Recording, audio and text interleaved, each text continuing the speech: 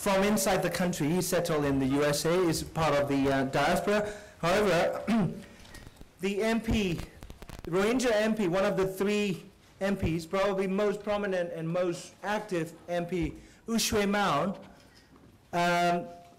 is unable to be here because he was officially barred from coming to Oslo because we're going to discuss genocide, and so the parliament official or the leaders bar him from leaving but essentially coming here.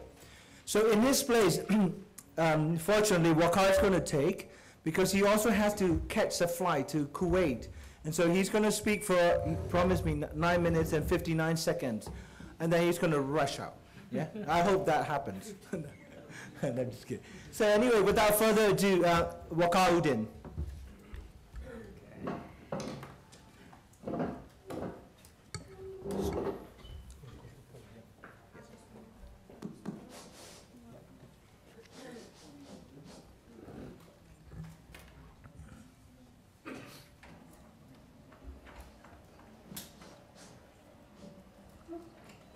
Thank you.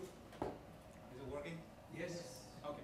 Thank you, Kozarani, to fitting me in early. I'm supposed to talk later today, but I have to catch a flight to Kuwait. I have to leave by 2:30. Believe it or not, 10 minutes. So he wants me to finish in 9 minutes and 59 seconds. So I will try 58. 50 seconds. I'm going to catch a flight to Kuwait. I'll be in the OIC Council of Foreign Ministers conference tomorrow. So I arrive at 6 o'clock, and I have to be in the meeting at 8. So I don't know how long it's going to take from Kuwait airport to the palace to where the conference is. So please pray for me. There's no flight delay or anything. So I'm going to start my talk. So 59 seconds. Ladies and gentlemen, distinguished guests, it is my privilege here to speak today in front of this distinguished audience. I'm going to focus my talk primarily on international advocacy and achievement and what are the obstacles we're facing today.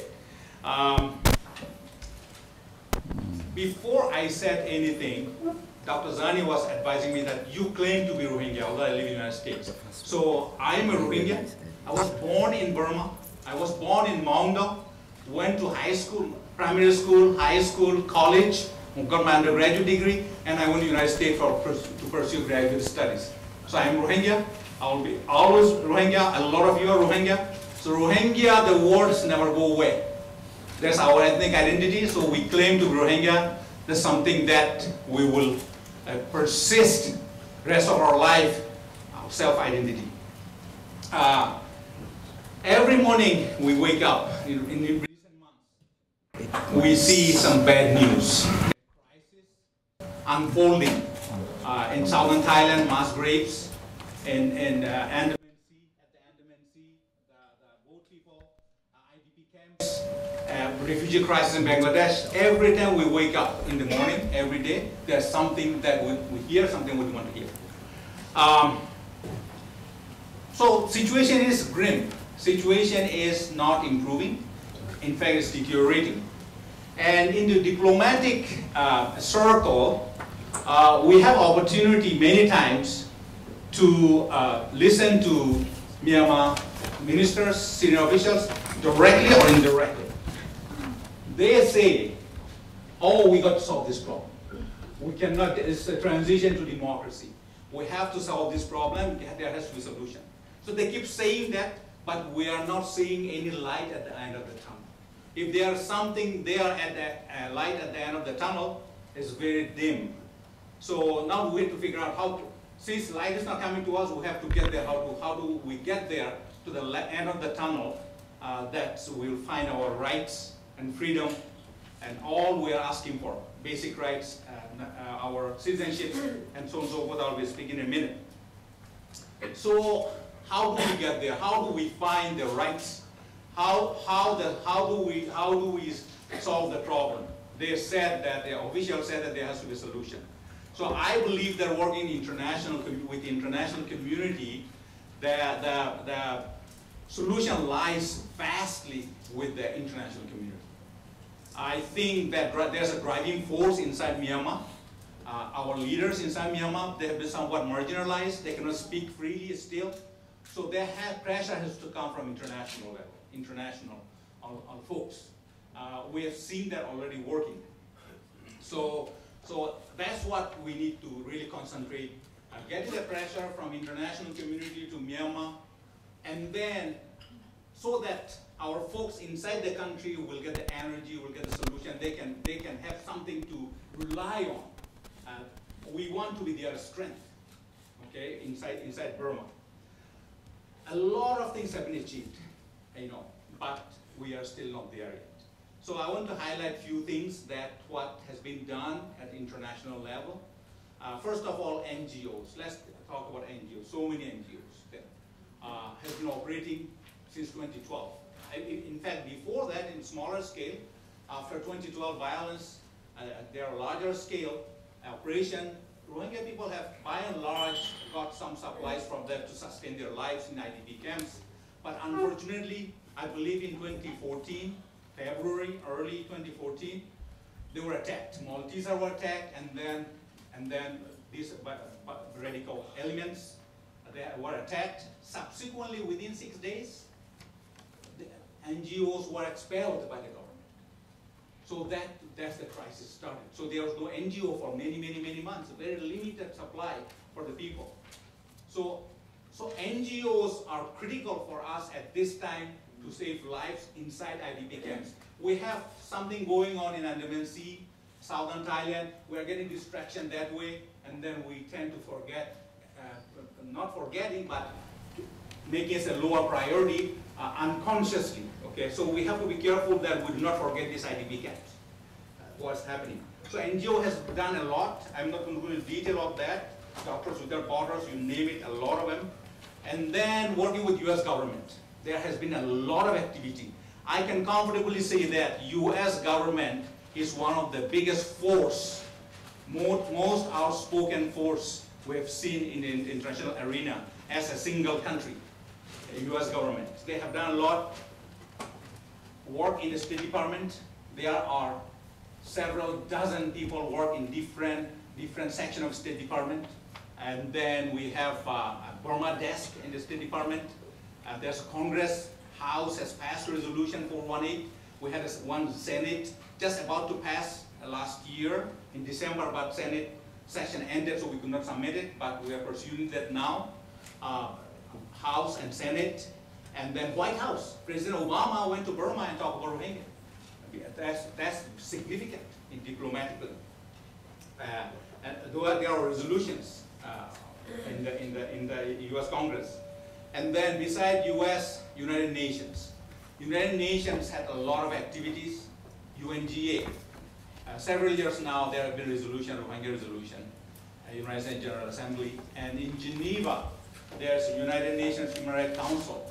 We had several resolutions passed.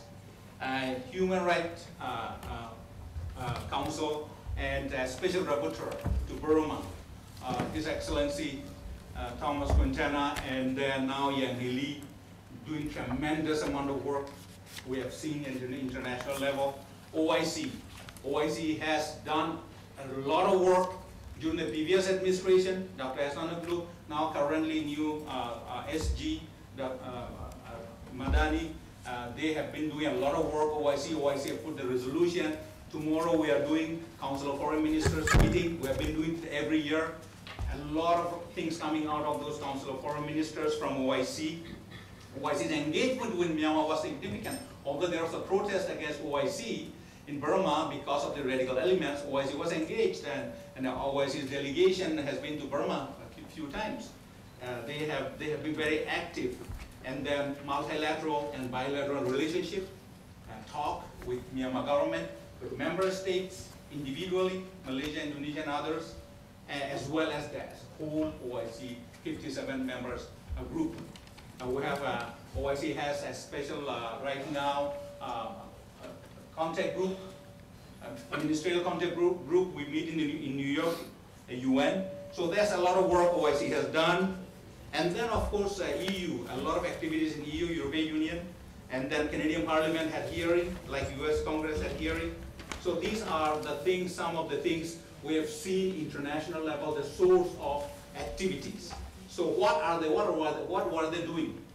I will highlight that in very briefly, common things that all these activities, US government to rapporteurs to UNGA, Human Rights Council, OIC, and Congress hearing, Canadian Parliament hearing, all this, there are a few things that commonly everyone was asking. First, Rohingya citizenship. Yeah, citizenship. Just not a citizenship. We're not asking just for citizenship. It has to be full citizenship. It has to be equal citizenship. We don't want to be naturalized. Naturalized who? Okay. If somebody came from outside, we're indigenous population with the roots in our ethnic minority. So there's no need for naturalization. So this is full and equal citizenship. I call it reinstatement, giving back our citizenship. We are claiming back the citizenship that we had since independence. So that's the first thing that all activity international folks are asking, demanding Myanmar government. Ethnic identity, right to self-describe. We are Rohingya, and we should have right to say Rohingya, and Myanmar government has to accept it. There's no other option. They can say all kind of Bengali, Kodo, Kala, you name it, all these derogatory names they can use, but facts remain the facts. That is Rohingya. They would have to accept it. So that's what international community is demanding. Permanently cease all human rights violations. Everyone knows what are the basic human rights violations we've been going through for decades after decades. Restriction, travel restriction, marriage restriction, two-child policies, restriction on worship, freedom of worship, education, you name it, there's at least a dozen basic human rights violations that have to permanently cease. You know what the interesting thing about this thing? This is the regionally imposed rule by the government. So it doesn't require legislation. It didn't come through legislation.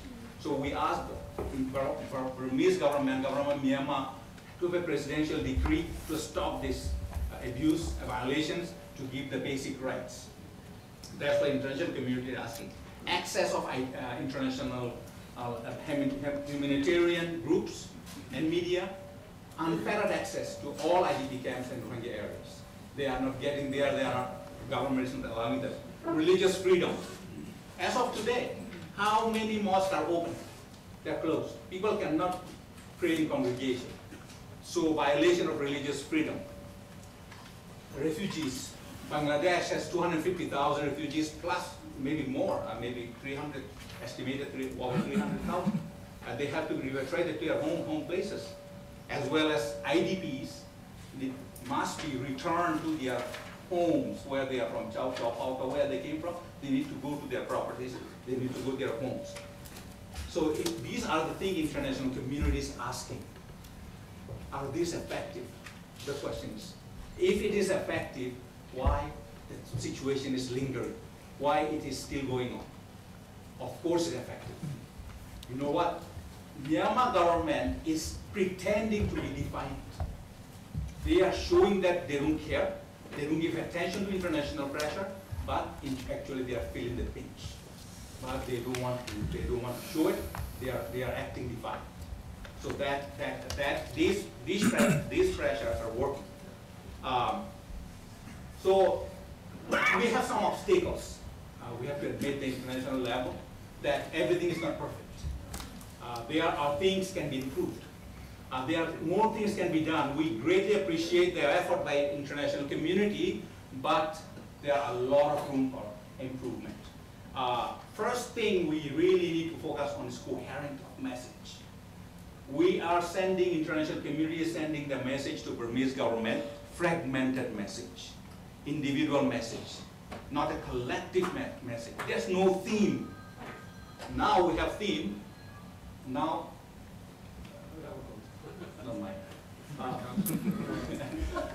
now we have a crisis in the southern Thailand and Andaman Sea. Now we have some theme where everybody's talking the same thing. But how about the other issues that linger for 50 years, 40 years, 50 years? Those issues have to be also addressed by international community with the same tone, same kind of message, coherent message from international community. You know another problem we had? Euphoria. Burma is opening up. Burma was opening up. There's democracy coming to Burma. Everybody jumped, and European Union lifted the sanctions without thinking long ahead, what's coming ahead. This government is going to be backtracking or not. They're not thinking. So now they're stuck. They could not reverse it because difficult to reverse. So they are very quick to lift the sanction. And they put US government into bad position that US government has to do something because Europeans are doing it. So that's also affecting that. So euphoria was a big issue. We jumped too, international community jumped too fast, too quick, responding without watching what's gradually evolving. Sanctions were lifted prematurely. Everybody has to admit that. That was a problem. So the Burmese government knows that. You see, they play cards, they play games. So they know, they smell it. So that's what they are going to play, continue to play that card.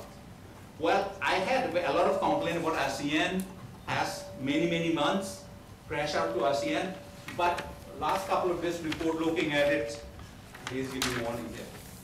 Couple of days looking at the report that they are coming together about the transport people crisis.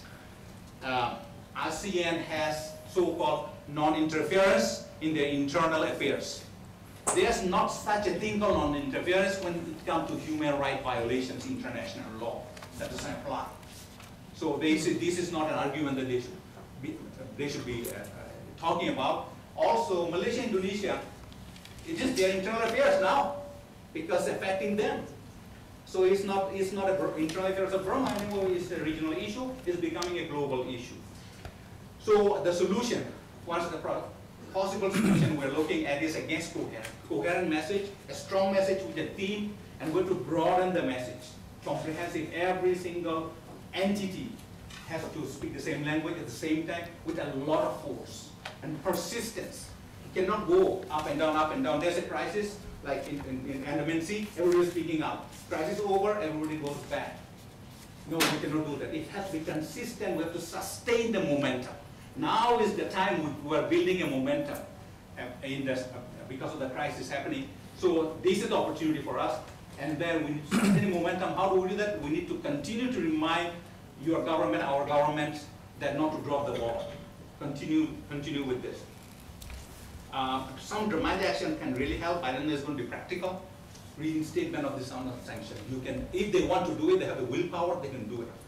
Reinstatement of the sanctions, and also blacklist those culprits, masterminds, who are responsible for all this killing and violence. They have to blacklist them. When they are blacklisted, they will get the message. And they cannot be defiant, they cannot be showing macho at that time, and they will bend their head. Watch. Put them on the list, blacklist.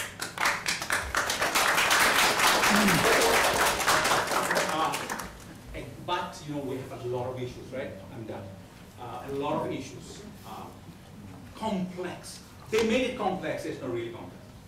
So, citizenship issue, a human rights issue, voting issue, all the things.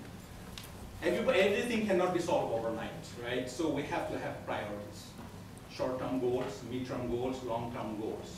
So then based on that, we have to have an incremental approach. Let's not ask for everything at one time. We can have a voice, but when we do, the international community negotiate and talk to the Burmese government, there has to be some incremental approach, gradually approaching one after another. So let's keep the momentum.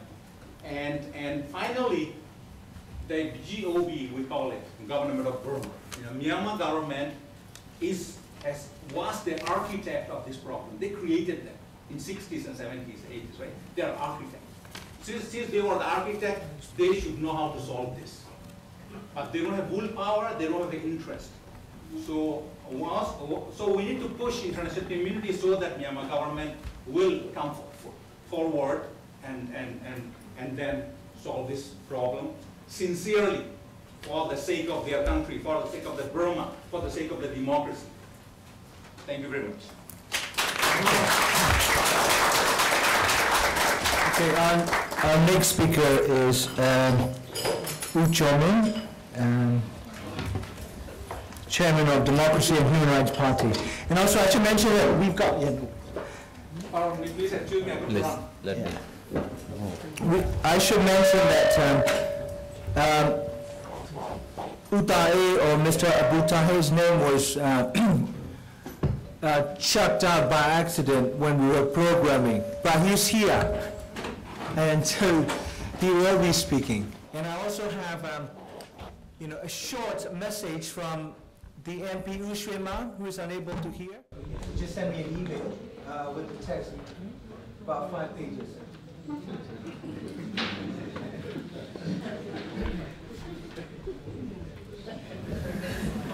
Yes. No, him. Uncle, why you man? How quite go man below that? Below, no? You should be. Good day. You can do it. You can do it.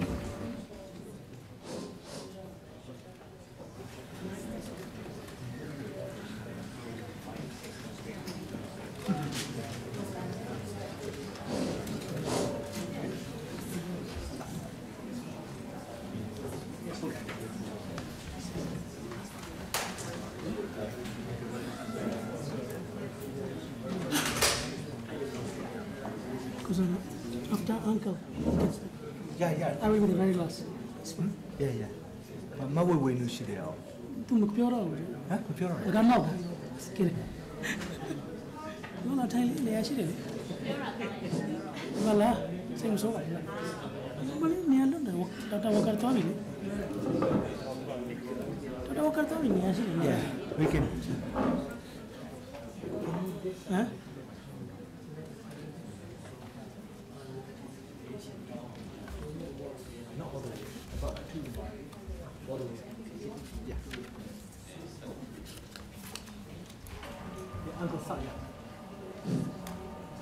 Honorable Dr. Zani,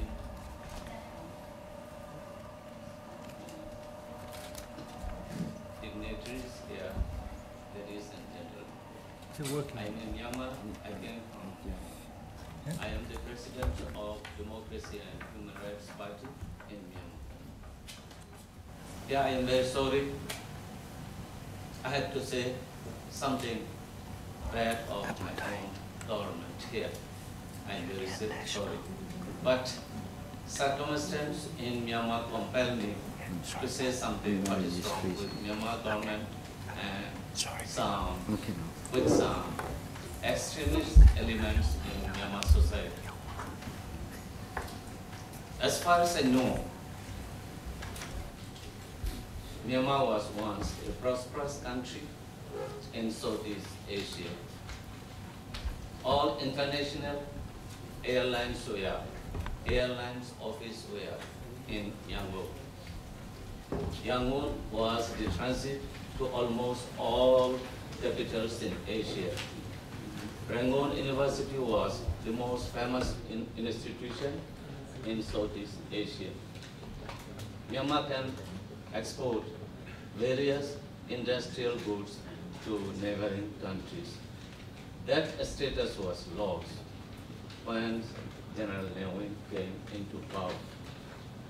He destroyed everything, Myanmar's economy, Myanmar's socio-economic culture. He introduced racism in the country. Lastly, Myanmar became the least developed countries in the world. After him came so-called USDP and slop governments. These are also military government. They took power, hand over power from Udin.